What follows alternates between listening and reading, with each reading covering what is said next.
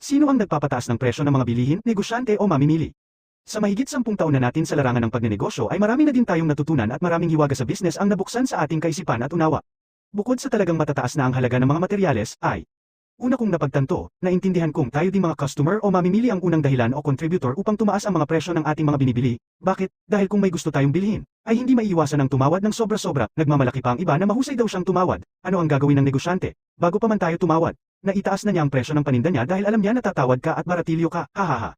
Nauuso din ngayon ang mga paetseng na mga freebies daw. Ano ang ginagawa ng mga customer? Magtatanong kung ano ang pasama sa kanyang bibilhin. Alam din ng negosyante na maghahanap ka ng freebies. Kaya ano ginawa niya? Bumili ng pang freebies niya. Saan niya babawiin yun? Sa bibilhin mong paninda niya. Sino ulit nagpataas ng presyo? Si customer at hindi si negosyante.